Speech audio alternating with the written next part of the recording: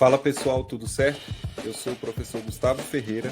E eu sou o professor Gustavo Batista. E esse é o fascinante mundo do sensoriamento remoto. O maior podcast em língua portuguesa de geotecnologias e sensoriamento remoto do mundo.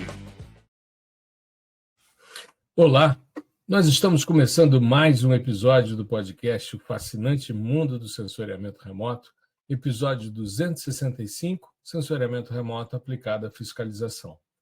A discussão hoje é ver aplicações, relacionadas à fiscalização tanto no ambiente rural como urbano, mas antes da gente avançar, queria dar o meu boa tarde aqui ao meu amigo Gustavo. Hoje nós estamos gravando à tarde, mas o podcast vai ao ar de manhã, de tarde, de noite, a hora que você quiser ouvir. Tudo bem, Gustavão? Como é que você está?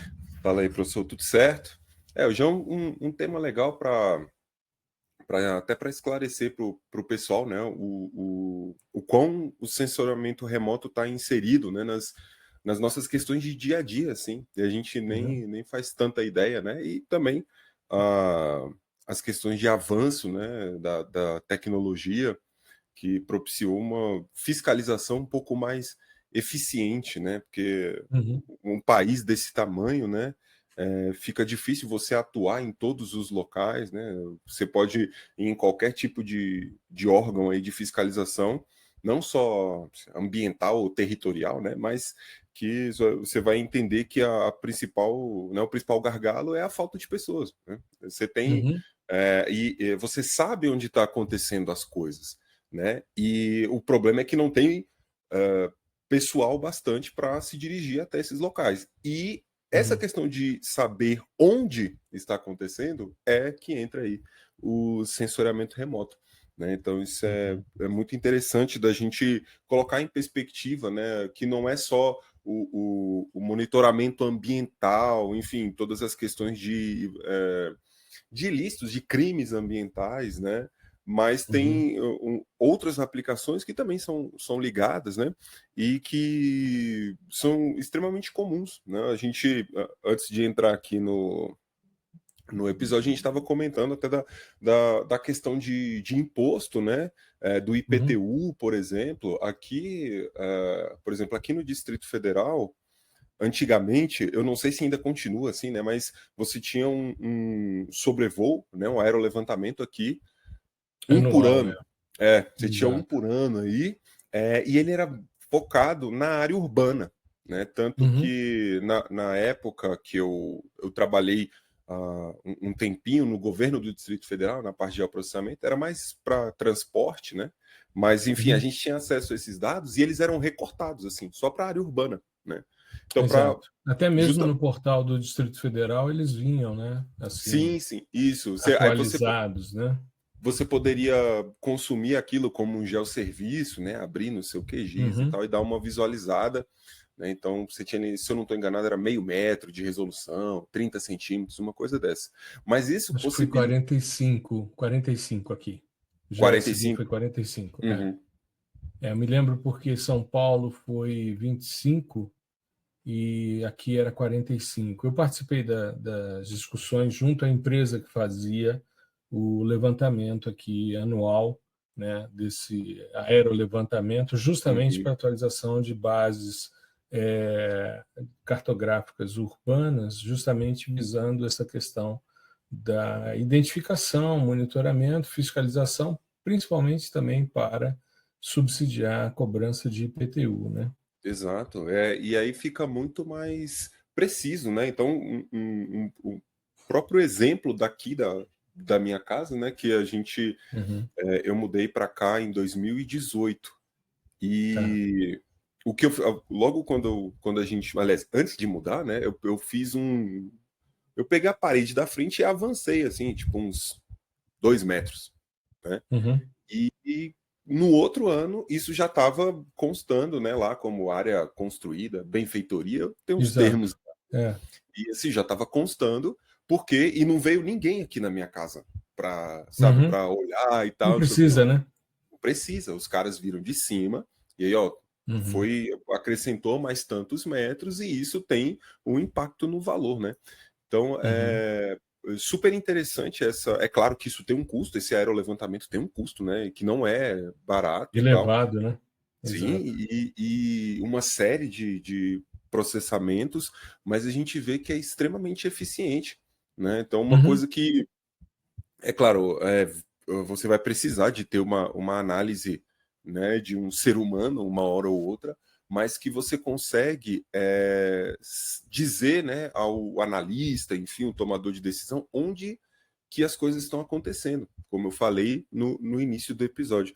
Então, isso é Uhum. muito importante hoje em dia, porque com essa chuva de informações, e, enfim, e aí você tem a internet no meio disso tudo, né? Então, uma coisa bastante comum aqui no Distrito Federal, principalmente no entorno aqui da cidade onde eu moro, são as Uhum. invasões, né? Sim. Enfim, ocupações urbanas irregulares.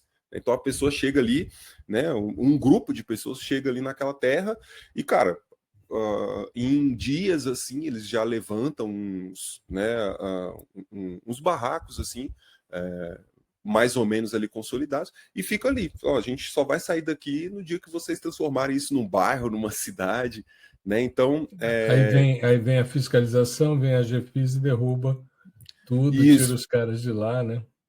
Aí Exato. o que que acontece? Só que, pô, você tem um território considerável para você fiscalizar.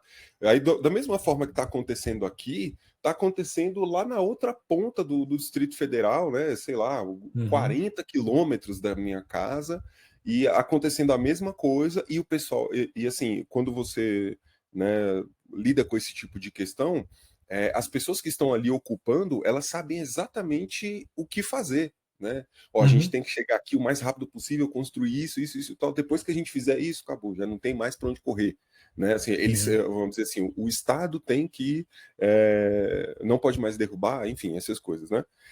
Só que aí, quando você não tem o dado, né, servido por sensoriamento remoto, enfim, geotecnologias envolvido, você não tem como Uhum. saber, né? Aí o que acontece sei lá, na época, né, antes de existir as questões de gel, você tinha denúncia, né? Denúncia É. anônima e tal, ligava no órgão de fiscalização, né, a GFIS aqui, e era isso. Agora, Uhum. imagina só, se eu sou, né, o que seria o denunciante, aí você é o cara que está ali ocupando. Você chega para mim, oferece uma grana, só, cara, fica calado aí e beleza, né? Então, assim, que Uhum. a gente está trazendo o mundo real, né? É a materialidade. São coisas que acontecem. E ali fica sendo, depois de alguns anos, vira uma cidade. Só que você tem Sim. vários. Aí você tem vários casos que assim, são cidades colocadas em locais de nascente, né, de recarga de aquífero, e aí começa APP de curso d'água, pois né? é, começa a virar aquela bola de neve que vai culminar em desastres ambientais, né, enfim, em coisas mais catastróficas aqui, voltadas à ação do clima também, né? Então, Uhum. o sensoriamento remoto, ele traz, por exemplo, onde você tem a visão, né, mais global ali de onde as coisas estão acontecendo. Ok, mas onde é mais efetivo para eu empregar ali uma quantidade de pessoas, né? Uhum. Porque, como eu comentei, a gente não tem pessoal, né? Não tem recurso humano. Então você tem que Não, e alocar a no gente lugar a gente certo. está falando, deixa eu fazer uma intervençãozinha antes da gente avançar muito, senão eu acabo Tranquilo. esquecendo também. A gente está falando da menor unidade da federação, que é o Distrito Federal, que tem Sim, 5.814 quilômetros quadrados, e que tem há muitos anos, eu estou falando há muitos anos, porque quando eu comecei a graduação, esse negócio já existia, Sistema Cartográfico do DF, o SICAD. uhum, Então, a gente tem um território todo mapeado na escala de 1 para 5.000, as áreas urbanas de 1 para 2.500, e recoberturas anuais de aerofotogrametria com precisão para poder trazer essa informação. Agora, quando a gente começa a pensar em outras áreas que têm problemas sérios de regularização fundiária, que têm problemas sérios de superposição de CAR, tanto que agora tem uma série de CARs que estão ali como cancelados e você pode, inclusive, suprimir, né, nessa revisão que foi feita recentemente. sim. E você está falando de um lugar em que a fiscalização atua, e a gente já viu, por exemplo, áreas de invasão. Claro, tem várias cidades aqui no Distrito Federal que surgiram dessa forma, porque durante muito tempo a política também no Distrito Federal era uma política de doação de lote. Você fazia um curral eleitoral a partir de doação de lote. A gente tinha um processo que é concomitante com os diversos mandatos de um governador específico, né, que eu não vou citar nome, mas o processo é tão emblemático que passou a ser chamado, eu mesmo nos meus textos sempre chamava de rorirização, que é um processo de expansão de áreas urbanas a partir de doação de lotes como moeda eleitoreira e, ao mesmo tempo, ocupação sem nenhum tipo de critério. Vai ocupando, porque é rápido. Eu acompanhei agora, tem 1 ano e pouco que eu venho acompanhando, eu vou uma vez por mês à zona rural aqui de Sobradinho, num abrigo de crianças que um amigo mantém. A gente vai, no primeiro domingo do mês, fazer uma visita, né, interagir com os meninos. E, cara, tinha assim, na Rota do Cavalo, né, que é uma área ali de turismo rural, e uma propriedade foi invadida e rapidamente ocupada, e quando você passa agora já é uma cidade com um monte de equipamentos urbanos instalados e ainda não houve uma reintegração de posse. Eu não sei como é que isso está na questão judicial, mas você tem a possibilidade de monitorar, é uma área menor. E quando a coisa acontece em lugares em que você não tem fiscalização, quando você tem sérios problemas de questões fundiárias, e aí isso é espaço para poceiros, para grilagem, para degradação, para desmatamento, como é o caso do Arco do Desmatamento na Amazônia, né? Sim. A gente está falando de um contexto muito específico, né? Começou falando sobre o contexto urbano, porque é o que está mais próximo da gente, mas a gente sabe que esse nem é o contexto mais difícil, não. O mais complicado mesmo é nessas grandes áreas, né, onde você tem ali propriedades imensas, né, e que realmente em locais que são de difícil acesso, inclusive, né, e as pessoas que estão ali, elas sabem disso. O que está acontecendo é essa transformação do modo de, enfim, de modificar a superfície terrestre ali, porque agora essas pessoas também já sabem que o Estado monitora e fiscaliza aquilo via sensoriamento remoto. Então, se você tem uma propriedade gigantesca ali na floresta amazônica e tal, e você desmata aquilo, isso aí já acende um alerta, né, nos órgãos competentes. Né? O próprio DETER. Pois é. Então você tem né, uma série de entidades que geram dados dizendo, ó, ali aconteceu um desmatamento, tal. Pô, aquela propriedade está vinculada a qual CAR, de qual pessoa, né? Pô, beleza, quem é que cuida disso? Vamos embargar essa área. Tudo isso sem ter ido ninguém lá. Cara, sua área está embargada. Por quê? Porque segundo, né? E isso tudo, pessoal, o que a gente está falando aqui é respaldado juridicamente, inclusive. Né? O Conselho Nacional de Justiça considera, inclusive desde 2019, considera os dados de sensoriamento remoto como dados periciais prioritários nas questões ambientais. Então, isso aí é uma decisão, é uma instrução normativa do CNJ falando sobre a importância de se fazer por sensoriamento remoto. Eu acho que é bem interessante. Você falou aí sobre o DETER e eu me lembrei de um fato que aconteceu comigo há alguns anos, antes da pandemia. Eu tinha vários estudantes fazendo PIBIC comigo, né?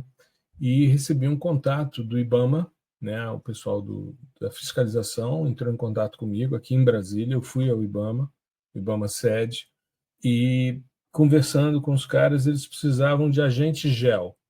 O que é o agente gel? É o cara que recebe diariamente o dado do DETER, processa e organiza isso em campo. O cara está, por exemplo, eles estão fazendo um trabalho, vamos supor, no estado do Pará. Então, o estudante ia, ficava lá 1 mês, 2 meses ali à disposição, na base. O estudante não ia para as ações de embate, de fiscalização, porque não faz sentido, né? O cara não tem nem formação para isso.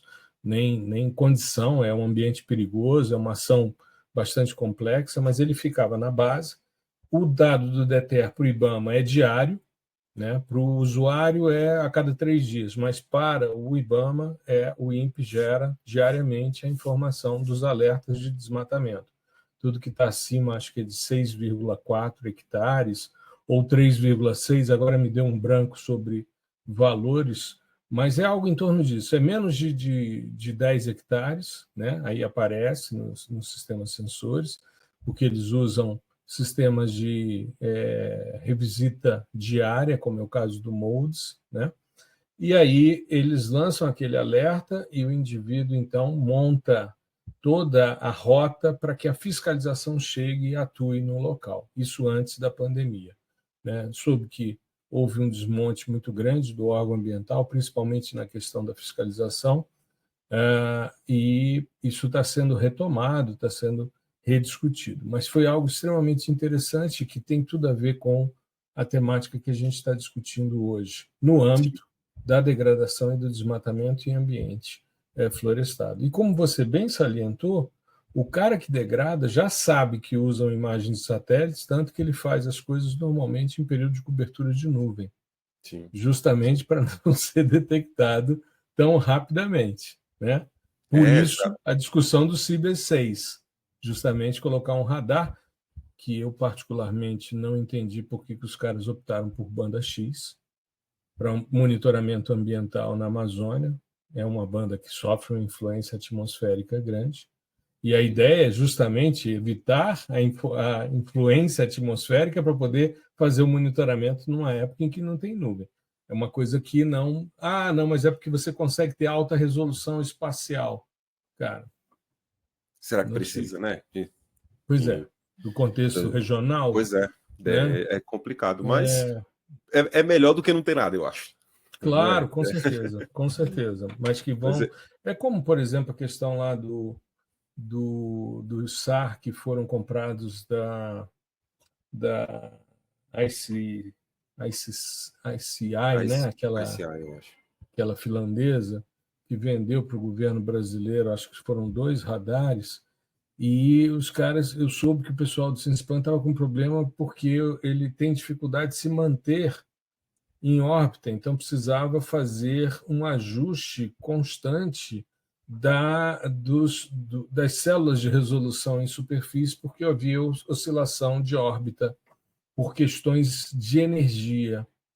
Não sei se isso procede, porque é uma informação militar e que acaba não chegando, não é divulgado. Mas eu ouvi isso no último simpósio brasileiro de sensoriamento remoto, nas rodas de discussão, né, entre amigos e tal.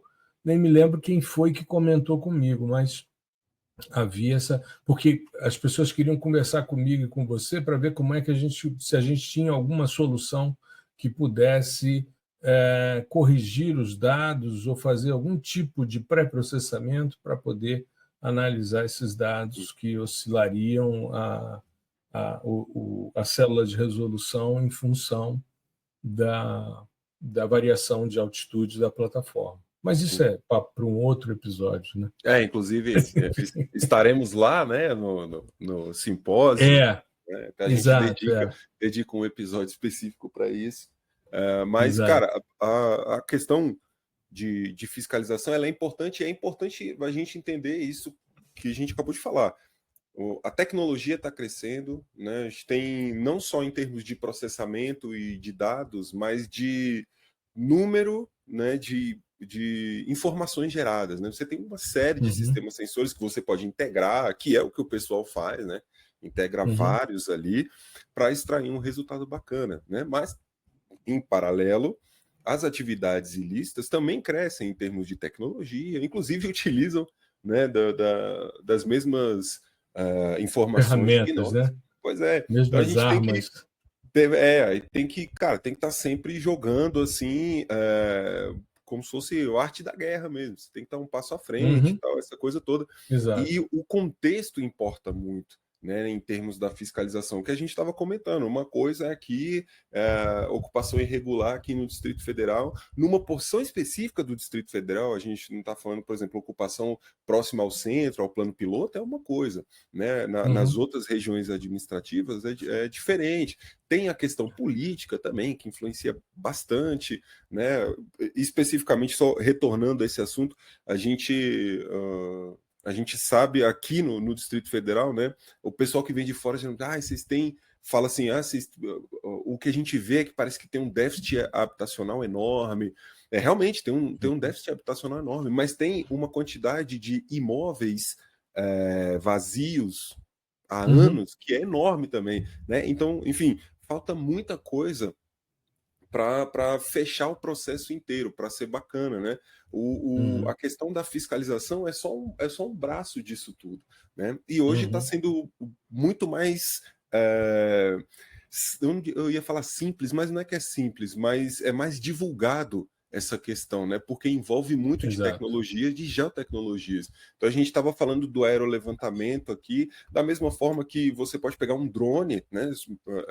Enfim, ainda que você não consiga pilotar, você pode contratar uma pessoa para pilotar um drone e sair mapeando aqui as quadras, por exemplo, né? Aqui no DF são quadras. Você vai mapeando essas quadras de tempos em tempos. Você pode pegar esse mesmo drone e mapear uma propriedade, né? Um CAR específico, enfim, para entender até mesmo questões de sobreposição, né? E, entender como está a sazonalidade daquele lugar, né? Vamos supor que dentro desse fluxo de automatização aconteceu algum erro, que é comum, são sistemas, né? Isso aí pode acontecer. Está dizendo aqui que eu desmatei uma área de APP e tal, uma área de reserva legal que não poderia, mas eu não fiz isso. Beleza, como que eu provo? Pois, provavelmente, sei lá, vamos supor, foi a sazonalidade do lugar. É assim. Então, eu vou lá e faço o meu recurso. Cara, eu posso voar um drone numa época de chuva, depois voo numa época de seca, e aí mostro, esse aqui é o comportamento comum. As coisas são assim. Né? E aí tudo vai se ajeitando juridicamente. Mas todo esse fio processual, ele passa pelas geotecnologias, né? Desde vamos dizer assim, do tipo de dado que você vai utilizar, é um aerolevantamento, é um drone, são imagens, né? São satélites, são plataformas orbitais, é radar, é multispectral, enfim, termal, né? Então tem muita coisa para a gente utilizar para saber onde está acontecendo. Né? E isso vai também pelo o software que você utiliza. Hoje em dia a gente tem uma porção de softwares, né? Tanto que nós temos uma formação que só utiliza software livre. E é mais de um. E são softwares extremamente robustos. São mais de 10, né? São pois mais de 10 softwares. E coisas que há 20 anos não era assim, você tinha meio que um monopólio, né? E hoje em dia você já não tem isso. Você pode fazer da sua casa ali, você não tem mais questão de ficar ligando no mainframe para conseguir processar. Então, isso também é muito bacana de ser analisado, essa evolução, né, tecnológica e profissional também. Hoje em dia, só para fechar aqui minha fala, hoje em dia você não tem mais como se dissociar da questão da programação, que desde 2020 a gente vem falando. Né? Já não é mais uma tendência, já é realidade. Né? Um colega meu me mandou um direct e ele falou, cara, saí aqui da empresa que eu estava e tal, e eu queria apostar no lance da programação, porque todas as vagas que eu vejo para analista gel não é mais um requisito desejável, é obrigado. Não. É obrigado. Python ou R, ou saber também SQL, enfim, todas essas coisas. Então eu falei, cara, é isso mesmo. Hoje em dia é realidade. Não, você não vai encontrar, dificilmente você vai encontrar uma vaga que não exija isso. Né? Por quê? Porque você pensa, dentro do fluxo da fiscalização, um monte de dados, um monte de propriedades, né? No caso do CAR, por exemplo, você pega um estado inteiro de CAR, é muita coisa. Como que você vai ligar tudo isso, processar tudo isso e gerar relatórios em tempo real, por exemplo, para o tomador de decisão, ligar isso num BI, né, num dashboard, para todo mundo ver e tal, e consumir esse dado. Você tem que ter esse tipo de coisa. Exato. Eu estava dando uma olhada aqui, Gustavo, fui verificar para não deixar uma informação incorreta ou mesmo incompleta sobre a questão do DETER, né? Eles dizem aqui no site do INPE, na Coordenação Geral de Observação da Terra, que atualmente a maior parte dos polígonos de desmatamento possui área unitária menor que 25 hectares, mas que o DETER passou então a identificar e mapear quase em tempo real desmatamentos e demais alterações na cobertura florestal com área mínima próxima a 3 hectares. Aí tem uma outra questão que eles salientam, que é o seguinte: hoje não é só o MODES, né? Mas eles usam também os sensores WFI do Cibers 4 e Amazônia, do talvez? IRS, né? Ou a WIFIS do IRS, que é o indiano, né? Com 64 e 56 metros de resolução espacial respectiva. Não sei se eles não fizeram atualização, mas é Cibers 4, o Cibers 4A e o Amazônia 1 também, né? Todos eles têm o WFI, que é um sensor desde o início fabricado no Brasil.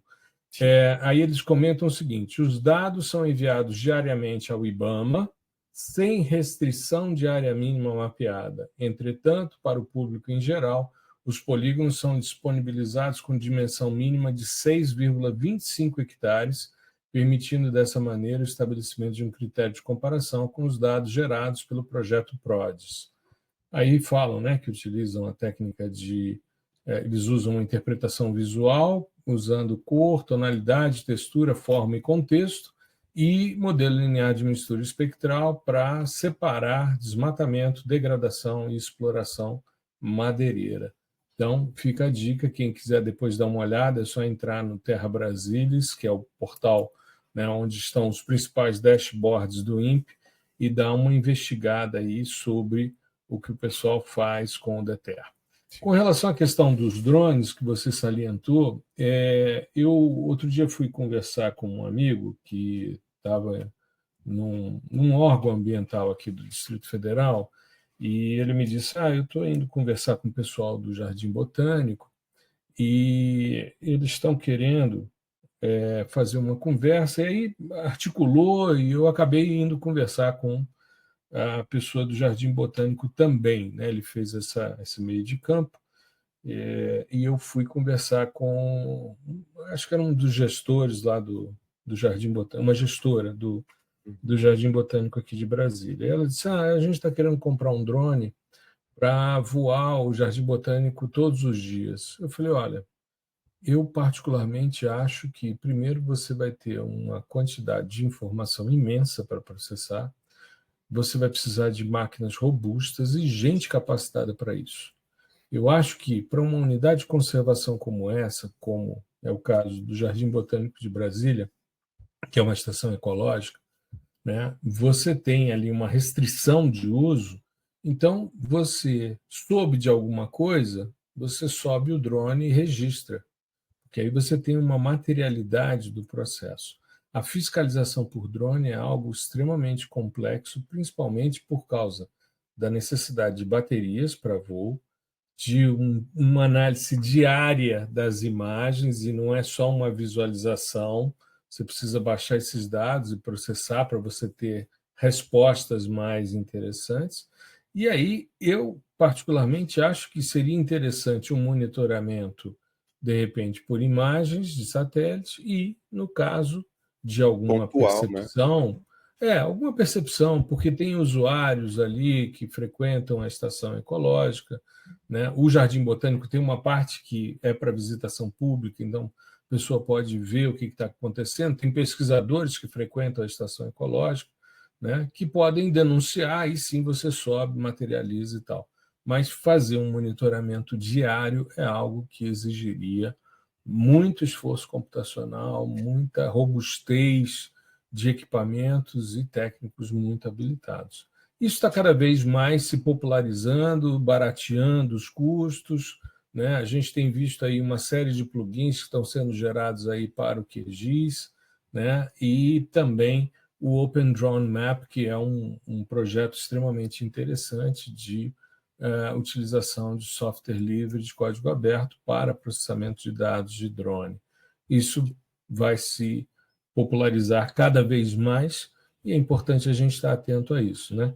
Inclusive, estava vendo a professora Ana Paula, que esteve com a gente há alguns episódios atrás, ela, ontem ou anteontem, ela estava fazendo um trabalho de campo usando um senhor drone, pelo que eu vi, da estrutura que ela mostrou na foto, rapidamente, para mim parece que é aquele drone da DJI que tem o LiDAR junto com o sensor óptico, que é um bichão grande, e ela trabalha com essa parte de inventário, nada mais justo do que usar um bichão desse, né?